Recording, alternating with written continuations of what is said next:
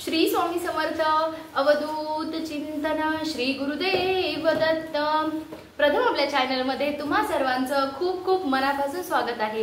तर आजच्या व्हिडिओ मध्ये आता आपण हा जो चातुर्मासाचा 4 महिन्यांचा जो कालावधी आहे, म्हणजे जो देवशयनी एकादशी पासून तर कार्तिकी एकादशी म्हणजे देव उठणे एकादशी पर्यंतचा, तर ह्या 4 महिन्यांच्या काळामध्ये खूप सारे आपण व्रत वैकल्य करत असतो आणि हा जो 4 महिन्यांचा कालावधी आहे तर हा खूप जास्त पवित्र आहे। आणि आता आपण ते कोणते कोणते व्रत करायचे हे पण आपण मागच्या व्हिडिओ मध्ये बघितलेच आहे। तर त्याच्यामध्ये आपण बघा की गोपद्म व्रत म्हणजे 33 गोपद्म व्रत जे आहे ना, तर आपण ते पण बघितलं म्हणजे की ते व्रत पण करतात, तर आपण हे बघितलं होतं। तर आता आपण आज त्याच व्रताविषयी माहिती बघूया की गोपद्म व्रत म्हणजे काय असतं। तर गोपद्म म्हणजे काय की गायीचे पावलं। बघा आपण जेव्हा दरवाजामध्ये पण रांगोळी काढतो किंवा देवासमोर पण रांगोळी काढतो, गोपद्म म्हणजे काय की गायीचे पावलं। तर बघा आपण जेव्हा रांगोळी कोठेही काढतो, देवासमोर, तुळशी समोर, आपल्या मुख्य दरवाजामध्ये, तर आपण लक्ष्मीच्या पावलांसोबत आपण गायीचे पावलं हे काढतोच। तर गोपद्म म्हणजे गायीचे पावलं आणि आपल्याला असे 33 गायीचे पावलं हे आपल्या देवाऱ्यासमोर आपल्याला काढायचे आहे। तर हे असं व्रत आहे।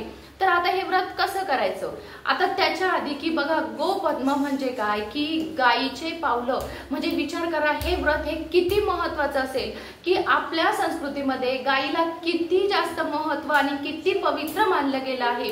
गायीच्या पोटामध्ये 33 कोटी देव असतात, म्हणून गाय म्हणजे आपण प्रत्येक ह्याच्यामध्ये बघा की आपली देवाऱ्यामध्ये पण गाय असती, कोणाची चांदीची, कोणाची पंचधातूची, कोणाची म्हणजे पितळाची।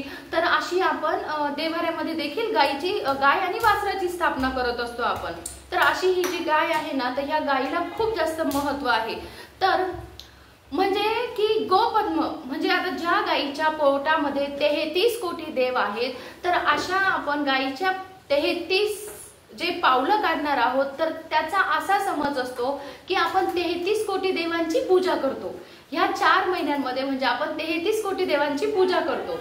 तर आता हे आपल्याला व्रत कसं करायचं आहे, तर आपल्याला देवशयनी एकादशी पासून आपल्या एक तर तुम्ही देवाऱ्यासमोर, म्हणजे त्या दिवशी तुम्ही आंघोळ वगैरे करायची आहे, आपली देवपूजा करून घ्यायची आहे आणि तुमच्या जर देवाऱ्यासमोरच जागा असेल तर आपल्याला देवाऱ्यासमोरच हे पावलं, आणि याची ना आजकाल म्हणजे रांगोळीचे असे छापे पण मिळतात याच्यामध्ये, म्हणजे ते काही तुम्हाला हाताने पण काढायचे नाही, रांगोळीचे छापे मिळतात मार्केटमध्ये छोटा मोठा, ते तुम्ही घेऊन यायचे आहे। आणि म्हणजे त्याच्याने खूप आजकाल कसं आहे की वेळ नाहीये एवढा, तर खूप आजकाल म्हणजे सोप्या गोष्टी झालेल्या आहेत आणि तुम्ही हे देवाऱ्यासमोर पण काढू शकता किंवा देवाऱ्यासमोर एक पाट किंवा मग चौरंग छोटासा तो घेऊन देखील तुम्ही हे गोपद्म तिथे काढू शकता, 33 गोपद्म। आता हे 33 गोपद्म काढायचे आहे आपल्याला, त्याच्यावर हळदी कुंकू अक्षदा अर्पण करायचे आहे, त्याच्या साईडला तुपाचा दिवा लावायचा आहे। आता जर तूप नसेल तर तुम्ही तेलाचा देखील दिवा लावू शकता। तर तुम्हाला दिवा लावायचा आहे, त्याला फूल अर्पण करायचं आहे, त्याच्यानंतर धूप दीप ओवाळायचा आहे। तर अशा प्रकारे हे आता ही जी मांडणी आहे ना, तर ही तुम्हाला दररोज करायची आहे, म्हणजे दुसऱ्या दिवशी सकाळी ही रांगोळी काढून घ्यायची, ती जागा स्वच्छ करायची आणि तिच्यावर परत नवीन रांगोळी काढायची आणि सेम की अशीच पूजा करायची आहे। आणि आता ही जी काढलेली रांगोळी असते तर ती काय करायचं, तर ती आपल्याला म्हणजे अशी कचऱ्यात नाही फेकायची, तर ही रांगोळी आपल्याला एकदा आपल्या झाडांच्या तुम्ही कुंड्यांमध्ये टाका किंवा अशी एखादी जागा आहे का तिथे म्हणजे म्हणतो ना आपण की ती जागा पायाखाली येत नाही, तर तिथे देखील तुम्ही ही रांगोळी टाकून देऊ शकता किंवा सरळ ती साठवून ठेवायची आणि निर्माल्यामध्ये टाकून द्यायची आहे। तर आता असं तुम्हाला 4 महिने हे व्रत करायचं आहे। आता या व्रताचं उद्यापन कसं करायचं, तर आता हे 4 महिने हे व्रत झालं, तर त्याच्यानंतर आता तुमचं म्हणजे की समजा पिरियड्स वगैरे जरी आलं मध्ये, तर पिरियड्सचे तुम्ही 5 दिवस हे स्किप करून टाकायचे आहे। आणि किंवा जर तुमच्या घरात दुसरं कोणी असेल ना की म्हणजे तो व्यक्ती रांगोळी काढू शकतो, तरी मुलगी म्हणा किंवा दुसरं कोणी घरातला व्यक्ती, तर तरी त्यांनी पूजा केली तरी देखील चालेल। आणि जर सुतक आला तर मग तेवढे दिवस, आता बराच मोठा असतो तो कालावधी की 13 दिवसांचा कालावधी असतो, तर तुम्ही तेवढे दिवस स्किप करायचे आहे। नंतर मग आपण आपलं घरातलं जे सुतक आहे ते पण काढतो, ते सगळं झाल्यावर देवाऱ्यात गोमित्र वगैरे शिंपडायचं आहे आणि मग परत आपण त्या सेवेला सुरुवात करायची आहे व्रताला।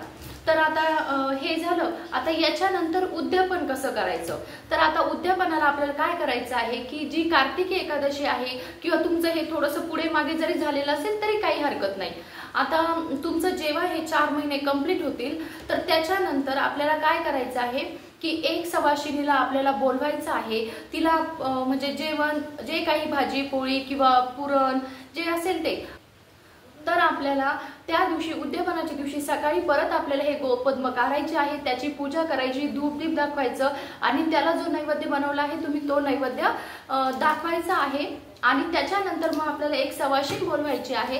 त्या सवाशिनीला आपल्याला जीव घालायचा आहे, तिची ओटी भरायची आहे. तुमच्या यथाशक्तीनुसार ब्लाऊजचं पीस साडी जे असेल ते, तर तिची ओटी आपल्याला भरायची आहे.